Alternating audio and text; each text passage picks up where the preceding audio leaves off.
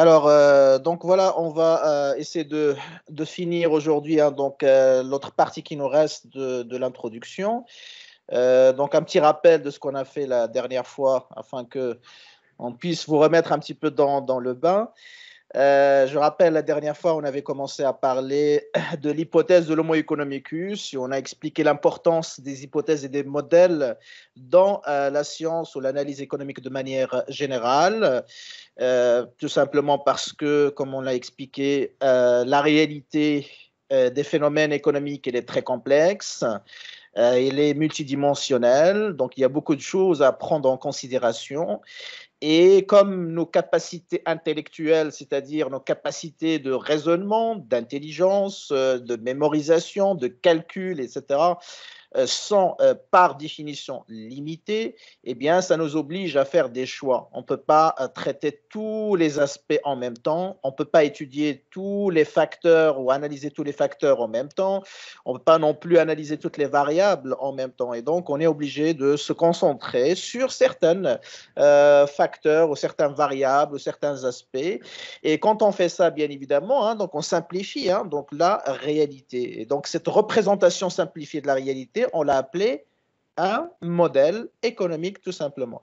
Alors, ça n'a rien à voir avec le modèle de voiture ou le modèle, je ne sais pas quoi, d'un produit ou d'un bien ou d'un service. Non. Ici, quand je parle de la notion de modèle, j'entends un cadre d'analyse qui nous permet d'avoir une représentation simplifiée de la réalité, c'est-à-dire travailler sur certains aspects plutôt que d'autres, et qui nous permet aussi de faire de la formalisation mathématique afin d'expliquer, de comprendre les phénomènes, les problèmes économiques. Alors concrètement, comment on fait?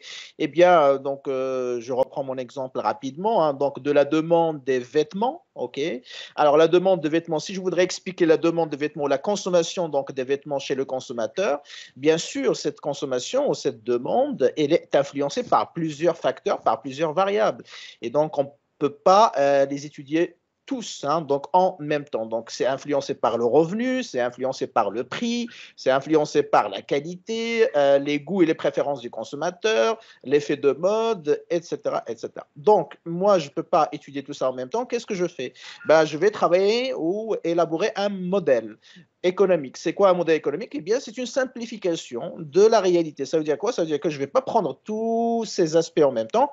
Je vais juste prendre un ou deux qui sont les plus importants, les plus urgents, compte tenu des besoins de ma recherche. D'accord? Si les besoins ou les objectifs de recherche changent, ben, le modèle aussi va changer parce que les aspects sur lesquels je vais travailler, ils vont être différents. Très bien.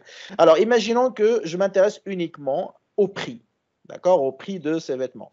Donc là, toutes les autres variables, je vais les éliminer. En tout cas, je vais supposer qu'ils n'ont pas d'influence. Hein. Donc, je dois faire des hypothèses. OK? Donc, pourquoi j'ai retenu le prix? Eh bien, parce que le revenu du consommateur va être constant, donc il n'aura pas d'influence. D'accord? La qualité aussi, elle sera neutralisée, elle sera fixée. Les préférences et les goûts du consommateur ne changeront pas, etc. Et donc, puisque j'ai fixé toutes ces variables, d'accord, donc la seule variable qui va varier et qui va influencer la demande, donc c'est le prix. Donc, je vais supposer que c'est le prix le seul facteur principal de cette consommation. Et après, une fois donc j'ai fait hein, donc ce choix, cette sélection, donc le prix c'est ma variable qui m'intéresse. Les autres, je suppose qu'ils sont fixes. Donc c'est la fameuse phrase qu'on a dite la dernière fois, toute chose égale par ailleurs, c'est-à-dire toutes les autres variables sont fixes.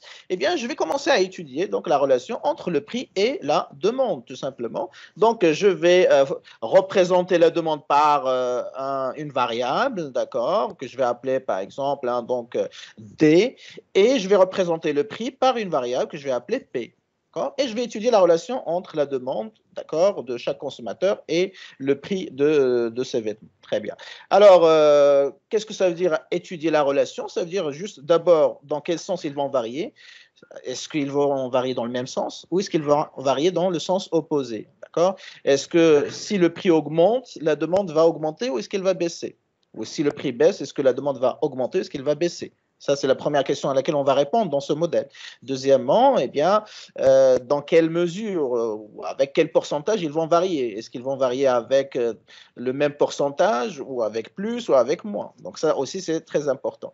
Et donc, une fois on a étudié ces relations, on a abouti bien sûr à des résultats. Donc, on va obtenir ce qu'on appelle les propositions du modèle, c'est-à-dire les résultats du modèle.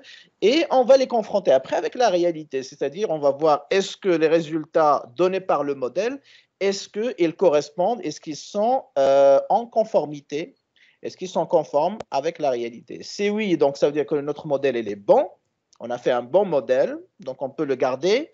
Si au contraire on obtient des contradictions ou des différences, ça veut dire que le modèle n'est pas bon et donc on doit on doit le modifier. Et donc là on revient aux hypothèses et on va les changer et on va refaire le travail à zéro, d'accord? Donc voilà un petit peu comment on fait pour c'est-à-dire l'analyse économique dans le cadre de modèles et c'est ce qu'ils font tous les économistes et tout ce que vous allez étudier par la suite en sciences économiques, c'est le résultat de ce travail-là dans le cadre de modèles. Donc voilà un petit peu hein, la notion, un rappel de la notion de modèle. Je l'ai rappelé exprès parce que effectivement, hein, donc c'est une notion qui est abstraite, qui n'est pas facile à comprendre tout de suite. Donc, mais avec bien évidemment hein, donc l'habitude et je dirais la répétition justement hein, donc de l'apprentissage, bien évidemment. Donc, ça va vous paraître après presque quelque chose de banal, d'accord, d'habituel. Très bien.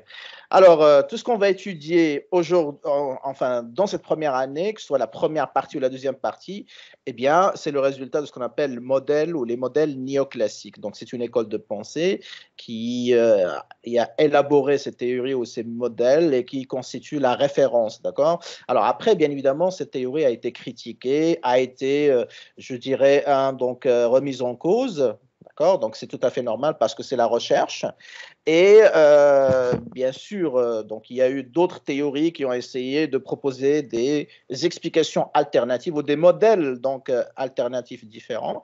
Mais ça reste quand même hein, donc, la théorie de base, la théorie standard. Et si on veut même comprendre les autres théories qui sont venues par la suite, il va falloir passer toujours par la théorie ou les modèles néoclassiques. Donc, c'est obligatoire parce que les autres théories se sont construites en critique par rapport à cette théorie néoclassique. Très bien.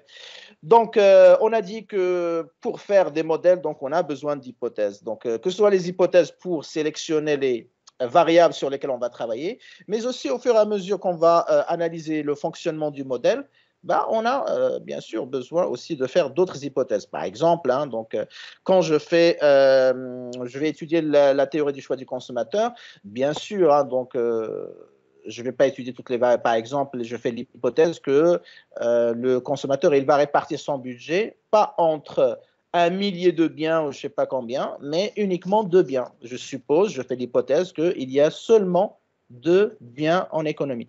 Bien sûr, c'est une hypothèse qui n'est pas réelle, hein, donc on sait très bien que, ne serait-ce que parce que tu rentres dans un supermarché comme Maljan, donc il y a des centaines et des centaines de produits, mais je ne peux pas étudier les centaines de produits en même temps hein, pour comprendre le choix du consommateur. Je serais incapable, comme j'ai expliqué la dernière fois, de dire, voilà,